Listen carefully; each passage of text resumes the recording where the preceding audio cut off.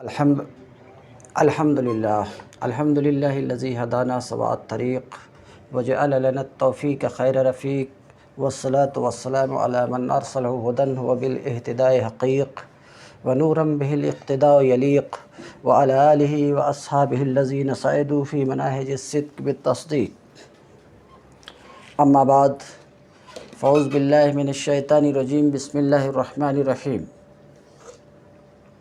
رب اشرح لی صدری ویسر لی امری واحلل عقدۃ من لسانی یفقہوا قولی۔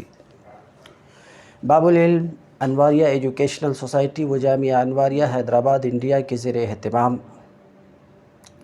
السراجی فی المیراث کا درس قسطوار جاری ہے۔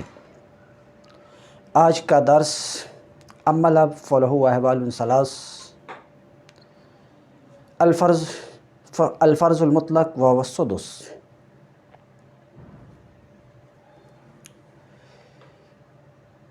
گزشتہ سبق میں اس بات کو بیان کر چکا کہ اصحاب فرائض 12 ہیں اور اس کی تشریح ہو چکی، دوبارہ پلٹانے کی ضرورت نہیں ہے۔ 12 میں سے ایک اب ہیں۔ گزشتہ سبق میں اس بات کو بھی واضح کر دیا کہ باپ کے 3 حالات ہیں، مگر پھر ایک بار ان 3 حالات کو مجھے بولنا پڑے گا۔ وجہ یہ ہے کہ یہ فرائض کی کتاب ہے اور جیسا کہ میں بتا چکا ہوں یہ فقہ و حساب، تعریف بتا چکا ہوں، میں تعریف نہیں کر رہا ہوں۔ اس علم میں فقہ اور حساب دونوں کی ضرورت ہے، اور آپ کو پتہ ہے کہ حساب کا مسئلہ صرف تھیوری سے سولو نہیں ہوتا ہے، حساب کے لیے تھیوری سے زیادہ پریکٹیکل کی ضرورت پڑتی ہے۔ تو میں گزشتہ سبق میں تھیوری بیان کر چکا ہوں، پریکٹیکل نہیں ہوا تھا، اس لیے پریکٹیکل کی بھی ضرورت ہوتی ہے۔ اتفاق سے میرے پاس کچھ اسباب کی کمی ہے، اللہ چاہے گا تو وہ اسباب بھی فراہم ہو جائیں گے۔ اسباب میں یہ ہے کہ چونکہ یہ فرائض کی کتاب ہے، اس کے لیے ہمارے پیچھے ایک بورڈ ہونا چاہیے۔ تو جب تک بورڈ کا بھی میرے پاس انتظام نہیں ہے، میں نوٹ بک میں مسئلے کو لکھ کر کے آپ کے سامنے پیش کروں گا، ایک خاکہ آپ کے سامنے پیش کروں گا انشاءاللہ۔ ممکن ہے کہ اس سے آپ کو مدد ملے اور میں اپنی ذمہ داری سے سبکدوش ہو جاؤں۔ بہرحال تو میں یہ عرض کر رہا تھا کہ باپ کے لیے 3 حالات ہیں، اس کی تفصیل پچھلے سبق میں بیان کیا ہوں، اس کی طرف میں نہیں جاتا ہوں۔ ایک حالت یہ ہے کہ باپ کے لیے فرض مطلق ہے، فرض مطلق یعنی سدس ہے، دلیل بھی بیان کر چکا ہوں۔ اب سوال یہ ہوتا ہے کہ باپ کو سدس کس صورت میں ملے گا، چھٹا حصہ کس صورت میں ملے گا؟ یعنی باپ کے لیے سدس ہے، فرض مطلق ہے، یہ کس صورت میں؟ جبکہ میت کے باپ کے ساتھ ساتھ میت کا بیٹا ہو یا پوتا ہو یا پڑپوتا ہو نیچے تک۔ یہ ایک حالت ہوئی۔ دوسری حالت، باپ کے لیے فرض مع تعصیب، یعنی وہ حصہ بھی پائے گا اور اصحاب فرائض سے جو بچ جائے گا اس کو بھی پائے گا۔ یہ کب ہوگا؟ جبکہ میت کے باپ کے ساتھ ساتھ میت کی بیٹی ہے یا پوتی ہے یا پڑپوتی ہے نیچے تک۔ تو اس صورت میں حصہ بھی ملے گا، میں بھی مثال سے سمجھاتا ہوں، حصہ بھی ملے گا اور بچا ہوا بھی ملے گا۔ تیسری صورت، باپ اسبہ محض ہوتا ہے۔ یہ اسبہ محض کب ہوگا؟ جبکہ میت کی کوئی اولاد نہیں ہے، بیٹا بیٹی نہیں ہے، پوتا پوتی نہیں ہے، پڑپوتا پڑپوتی نہیں، نیچے تک نہیں ہے، تو اس صورت میں اسبہ محض ہوگا باپ۔ اب مثال کے طور پہ ایک مسئلہ آپ کے سامنے رکھ رہے ہیں۔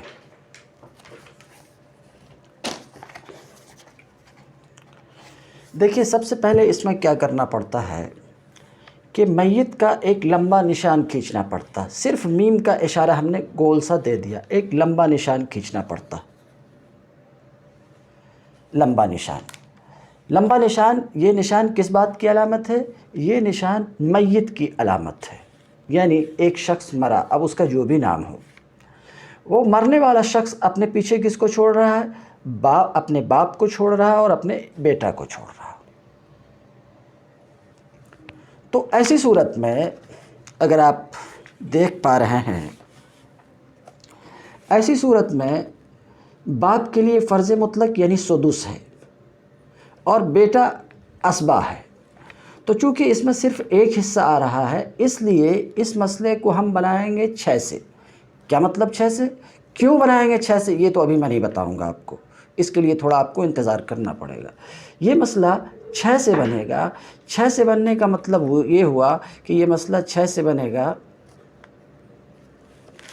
یہ مسئلہ 6 سے بنے گا، اس کا مطلب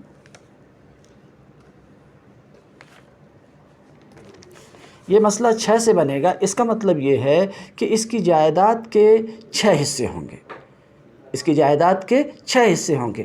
6 حصے میں سے چھٹا حصہ باپ کے لیے، یعنی کل جو میت کا طریقہ ہے جس جائیداد کو چھوڑا ہے اس کو 6 حصے میں کریں گے۔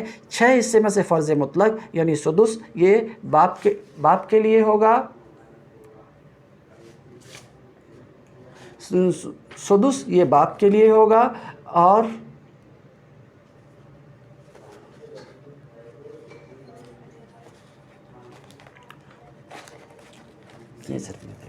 سدس باپ کے لیے ہوگا، اور جو بچا ہے وہ بچا ہوا پورا بیٹا کو ملے گا، بچا ہوا پورا بیٹا کو ملے گا۔ تو یہ بات آپ یاد رکھیے، میں بالخصوص طلبہ سے گزارش کرتا ہوں کہ طلبہ سے گزارش کرتا ہوں کہ آپ اس طریقے سے ایک سیدھی لکیر کھینچیں گے میت کی نشان بنا کر کے، میت کا نشان بنا کر ایک سیدھی لکیر کھینچیں گے، اور لکیر کھینچنے کے بعد اوپر میں میت کا جو نشان کھینچے ہیں، نشان کھینچنے کے بعد اوپر میں مسئلہ لکھیں گے، مسئلہ لکھ کر کے اب یہ مسئلہ کتنے سے بنے گا، یعنی اس مسئلے کا مخرج کیا ہوگا آپ کی زبان عرف عام میں، کہ اس جائیداد کے کتنے حصے کر کے اس جائیداد کو بانٹا جائے گا۔ تو آپ نے سب سے پہلے میت کا نشان بیان کیا، یہ پہلا سبق ہے اس طریقے سے، اس لیے میں تفصیل کر رہا ہوں، آئندہ اس تفصیل کی ضرورت نہیں ہوگی۔ سب سے پہلے ہم میت کا ایک لمبا نشان کھینچیں گے، کھینچنے کے بعد اس کے جو وارثین ہیں ان کو لکھیں گے، مثلا باپ ہے تو باپ لکھا، بیٹا ہے تو بیٹا لکھا، بیٹا ہے تو بیٹا لکھا۔ لکھنے کے بعد اوپر مسئلہ لکھیں گے، مسئلہ لکھنے کے بعد اب اس مسئلے کا مخرج کیا ہوگا، اس مسئلے کا مخرج کیا ہوگا، تو اس مسئلے کا مخرج جو ہم لکھے ہیں مثال کے طور پہ 6 ہے، اس مسئلے کا مخرج 6 ہے، تو 6 سے یہ مسئلہ بنا ہے۔ 6 میں سے چھٹا حصہ کس کو ملے گا؟ باپ کو ملے گا، اور جو بچا ہوا ہے وہ بیٹا کو ملے گا۔ اب ایک مسئلہ میں آپ کو دکھلایا، آپ سمجھ چکے ہوں گے، پھر ایک بار پلٹاتا ہوں، باقی بار مسئلہ بیان کرتا جاؤں گا میں، کہ ایک میت کا ایک نشان بنائیں گے، ایک لمبی لکیر کھینچیں گے،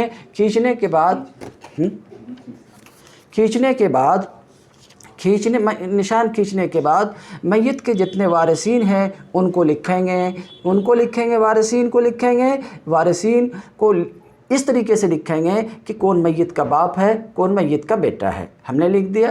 اتنا کام کرنے کے بعد اب ہمیں میت کے نشان کے اوپر رائٹ سائڈ میں، دائیں سائڈ میں مسئلہ لکھنا ہے، پھر اب اس مسئلے کے مخرج کو لکھنا ہے۔ مخرج کا مطلب یہ ہے کہ یہ مسئلہ کتنے سے بن رہا ہے، کتنے سے بننے کا مطلب یہ ہے کہ اس جائیداد کو کتنے حصے میں کر کے بانٹا